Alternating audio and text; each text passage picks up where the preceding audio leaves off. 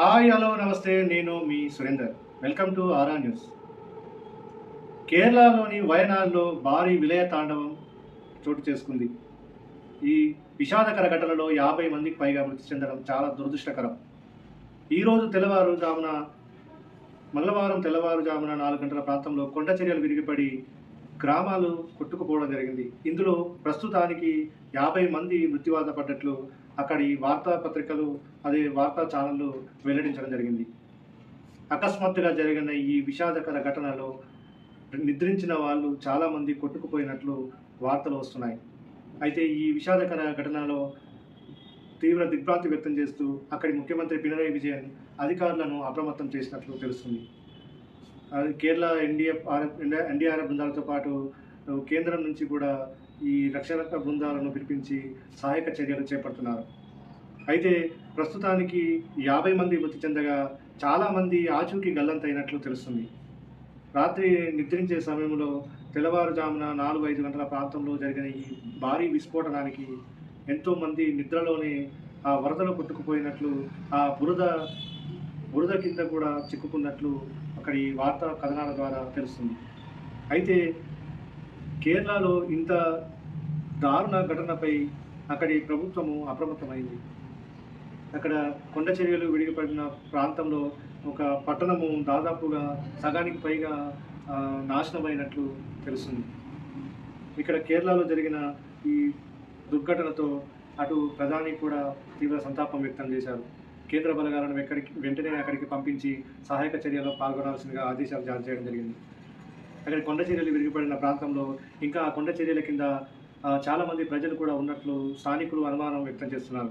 ఇంకా ముందు ఈ మృతుల సంఖ్య కూడా భారీగా పెరిగే అవకాశం ఉందని అక్కడ అధికారులు అనుమానం వ్యక్తం చేస్తున్నారు.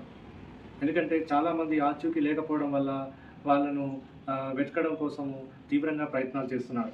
ఇప్పటి వరకు 70 మందిని రక్షించి ఆసుపత్రిలో చేర్పించి వాళ్ళకు ట్రీట్మెంట్ చేస్తున్నట్లు అక్కడి అధికారులు వెల్లడిస్తున్నారు. అయితే అక్కడ ఒకగానొక వంతెన ఉండగా ఆ వంతెన కూలిపోవడంతో అక్కడ సహాయక కార్యక్రమాలు ఆటంకం జరుగుతుందని చెప్పేసి అధికారులు తెలిపారు. ఇంకా ముఖ్యంగా ఒక్కసారిగా ఈ మంగళవారం రోజు జరిగిన ఈ దుర్ఘటనతో కేరళ రాష్ట్ర వ్యాప్తంగా తీవ్ర భయాందోళనకు గురవుతుంది.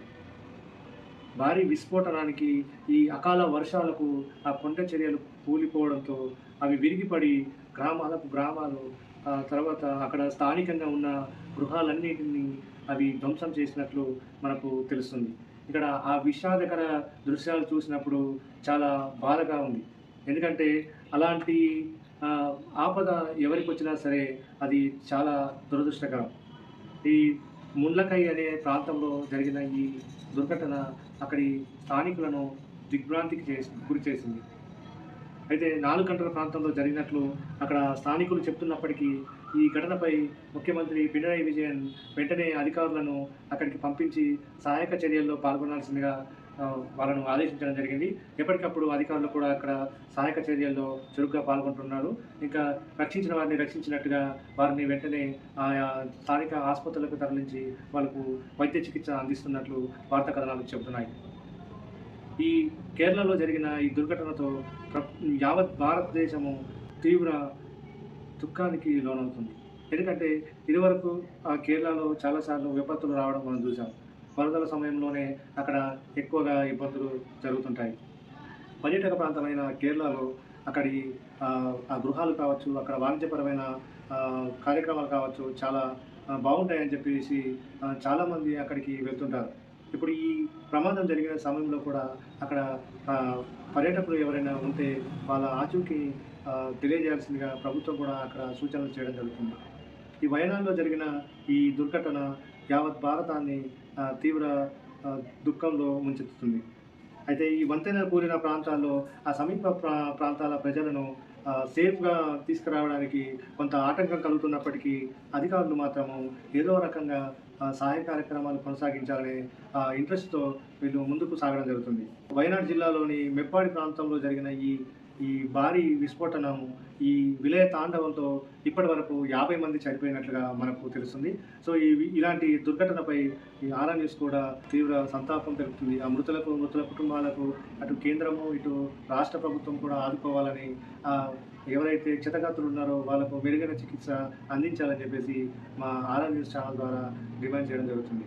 ఓకే, ఈ వీడియో నచ్చితే లైక్ చేయండి, షేర్ చేయండి, మీ స్నేహితులు, మీ బంధువులకు మా వీడియోను పంపించండి. వీలైతే మా ఆరా న్యూస్ యూట్యూబ్ ఛానల్ను సబ్స్క్రైబ్ చేసుకోమని చెప్పండి. మీ అభిప్రాయాన్ని కామెంట్ రూపంలో తెలియజేయండి.